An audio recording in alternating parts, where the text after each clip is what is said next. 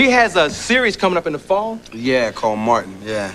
The Martin Show came on TV only months after Martin became the host of Def Comedy Jam.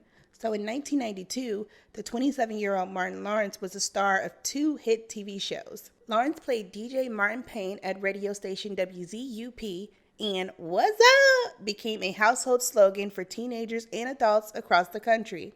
The sitcom centered on radio and television personality Martin Payne and his romantic relationship with his girlfriend Gina.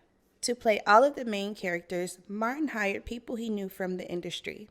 Lawrence would cast Tisha Campbell, a co-star from the House Party films, as his girlfriend Gina, and her real-life girlfriend, Tashina Arnold, played her best friend, Pam. The big attraction was the display of Martin's comedic gifts and ability to play a multitude of characters inspired by people he knew. As the series progressed, Martin kept adding more characters, and after a while, it became a lot for him to pull off with the wardrobe and the makeup.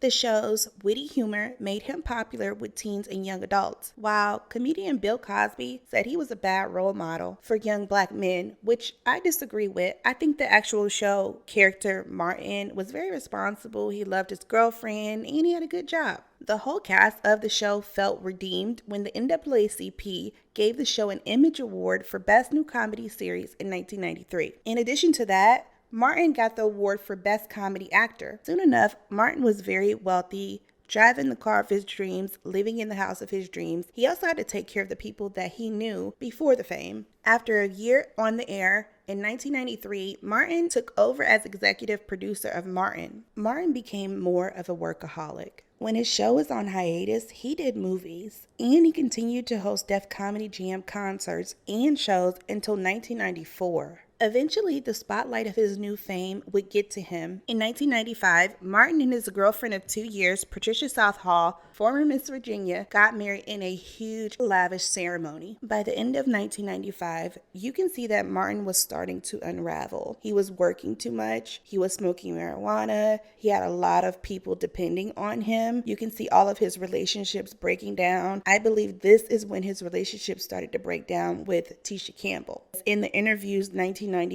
and before, she spoke very highly of him. 1995 was the year that Martin's star also skyrocketed. It was when Bad Boy, the film he did with Will Smith, came out. It was a complete blockbuster that made Martin even more famous, yet under the surface, the waters were starting to get a little bit murky. Problems really started to show to everybody else when Martin decided to produce and direct A Thin Line Between Love and Hate. This was a comedy drama mix that starred Lynn Whitfield, who was stalking Martin. It's crazy how sometimes life can imitate art, because the movie was driving Martin mad. He was facing so many health problems related to stress and not sleeping. He ended up getting a sty in his eye. He had back problems. They literally had to shut down production multiple times. After a really wild outburst on the Thin Line set, Martin was hospitalized for weeks. When he returned from his second hospital stay, a live-in nurse was hired to help supervise him in his 6-bedroom Mulholland Estates mansion. And the film wasn't his only responsibility.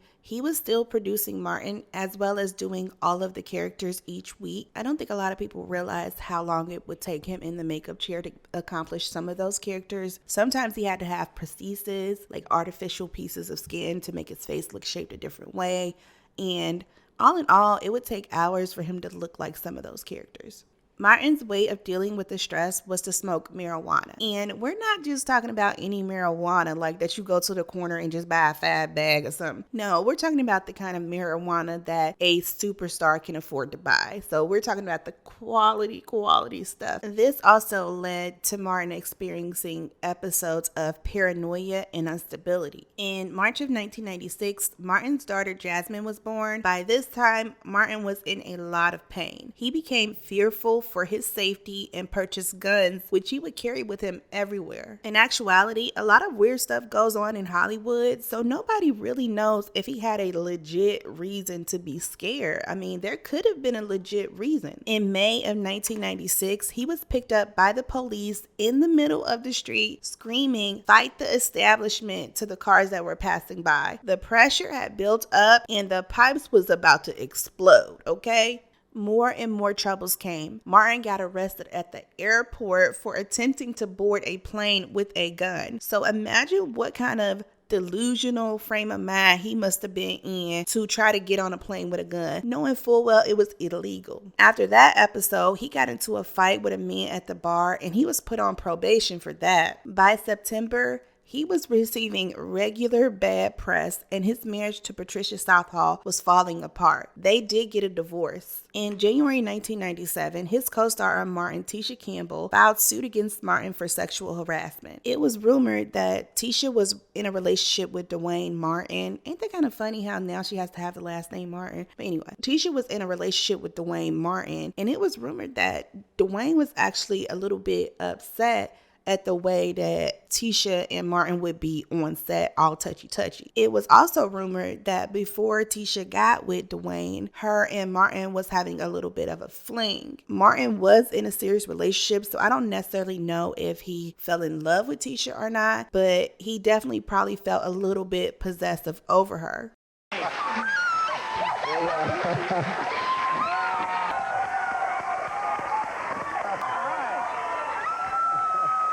Mr. Martin Lawrence, now, we're trying to get to the bottom about the relationship between the two of you. You two get along all right? Oh, she's talking about Dwayne. Did she tell the people about Dwayne? Well, but she brings it to work, you know, but she living two lives. She got the best of both worlds. I do. I have a great boyfriend on screen, great boyfriend off screen, you know.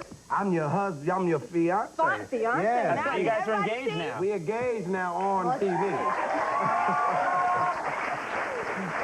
No one but Tisha and Martin and the people close to them can say what actually happened. There was a restraining order issued, and Tisha only agreed to come back to the show if they were not there at the same time. So it must have been pretty serious. The lawsuit did get settled out of court, and the judge placed a gag order on both Martin and Tisha. That's why to this day they never talk about it. The show that all of us loved, including you if you're listening to this, ended in 1997 after its 5th season. Martin did end up saying that he could have continued the show, but he did decide not to.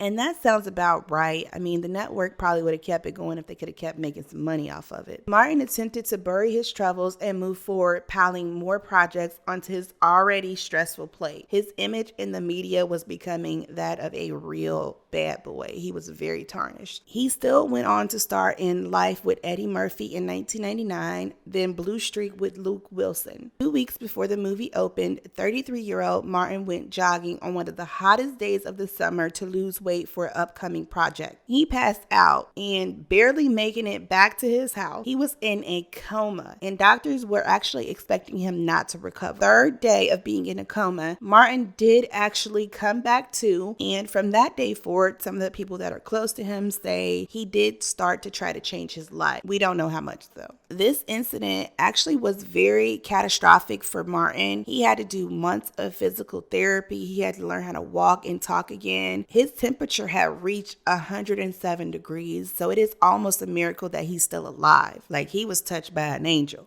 But nevertheless, even though he started to think more about life, he was still a workaholic. 3 months after he recovered, he went on to star in Big Mama's House. Now, I don't know if you saw that, but it's like where he dressed up as a woman. He had to wear a fat suit. So it probably was not a good idea to come out of that situation, then act in a movie that has you in a big fat suit in the middle of the summer. Thing that was different this time around is Martin was no longer doing drugs. Martin might say to you that 1995 through 97 was the hardest years of his life, and that is how Martin ended from Martin Lawrence's perspective. Again, I'm your host, author Tina Story. If you like reading urban fiction, be sure to check out my book, Tina's Story, on Amazon. I have the link in the description box below. Thank you for watching Alert Culture. Be sure to subscribe, check out our other videos, and we will see you on the next one. And remember, stay real, stay loyal, or stay over there.